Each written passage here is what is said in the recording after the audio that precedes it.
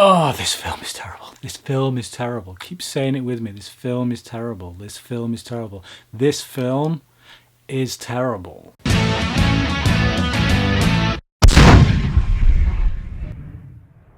Where do you begin? Seriously. Because I'm not sure I can find one redeeming feature about this entire film. Even Jamie Lee Curtis, you know, we get Jamie Lee Curtis back in a Halloween film. This is her swan song, unfortunately. Now, I like to just pretend that it doesn't exist. As far as I'm concerned, H2O finished it off. That's it. It's done. But yeah, what the hell is that rewrite?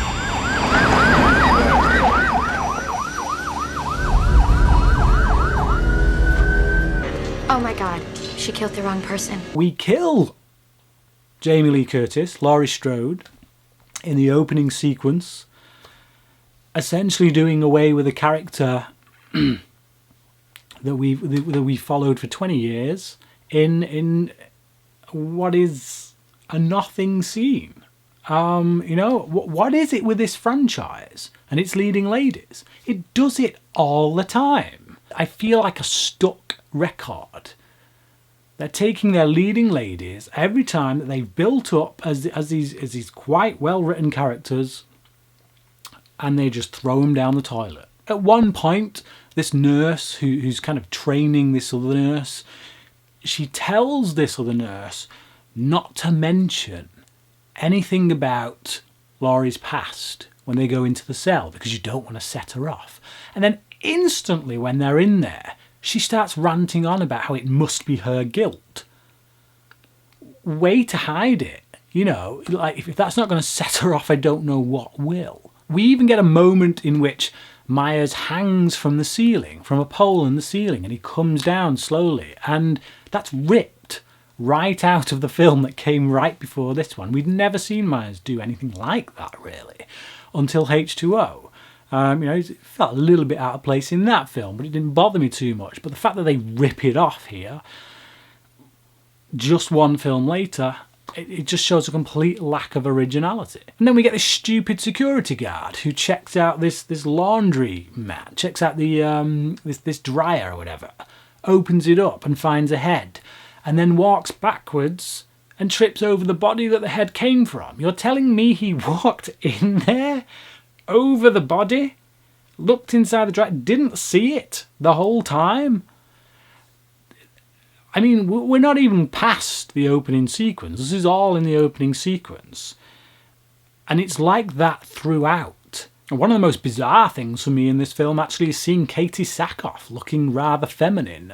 Yeah, she looks completely different in this film, to be honest, for anyone who's used to seeing her as Starbuck in Battlestar Galactica. That's not necessarily a bad thing. I think she's a likeable presence here. She's actually got a little bit of a Harley Quinn vibe about her in this film. But yeah, it's probably the best thing I can say about this entire movie. Busta Rhymes!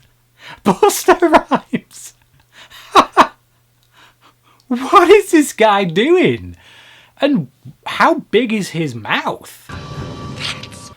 I swear he looks like the mouth of Sauron in this. Yeah, that guy.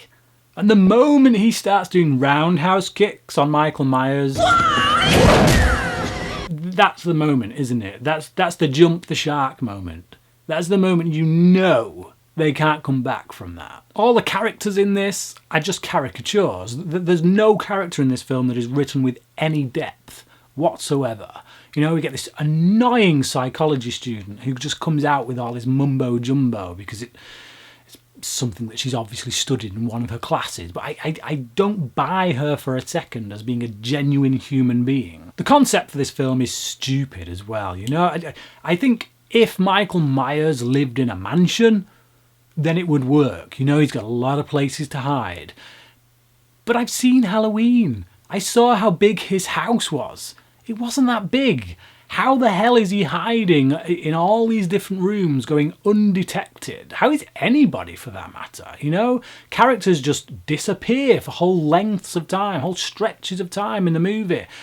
presumably in one of the multitude of hiding places that there's going to be in this pokey little house. This film is a dog turd. Just listen to some of these lines of dialogue.